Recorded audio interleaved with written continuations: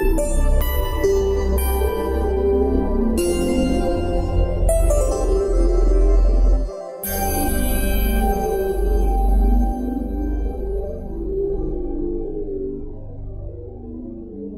talk so much about mental health, mental illness, and as you mentioned earlier about the pathologizing and how that would be very difficult for veterans to handle in their particular culture. And others also have a lot of difficulty with diagnosis. That's particularly challenging for people when somebody, when let's say they see a psychiatrist who says, you have major depression, you have bipolar disorder, you have schizophrenia. It's sometimes very difficult to accept the label or the diagnosis. So what really defines something as mental illness?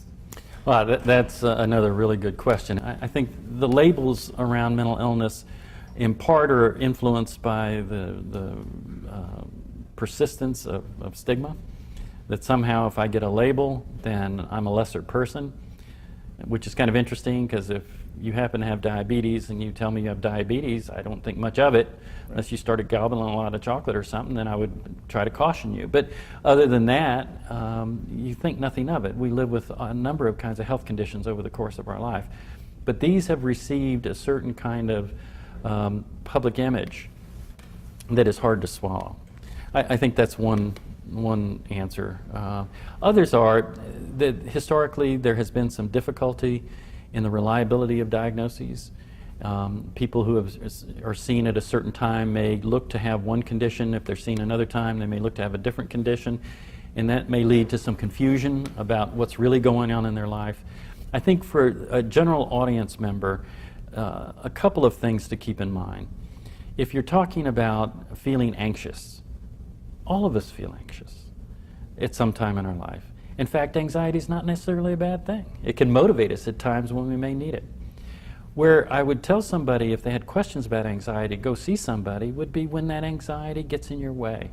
It makes you avoid situations. It makes you uneasy in certain kind of social environments. So uneasy that you're unable to accomplish what you need to accomplish in your life. So it's more about the intensity or the duration of those feelings, not that you have those feelings. It is on a long continuum. And most of us will experience those feelings in our life, but they don't interfere with our ability to conduct our life. Sadness is another thing. We will all have losses in our life, and we'll experience sadness.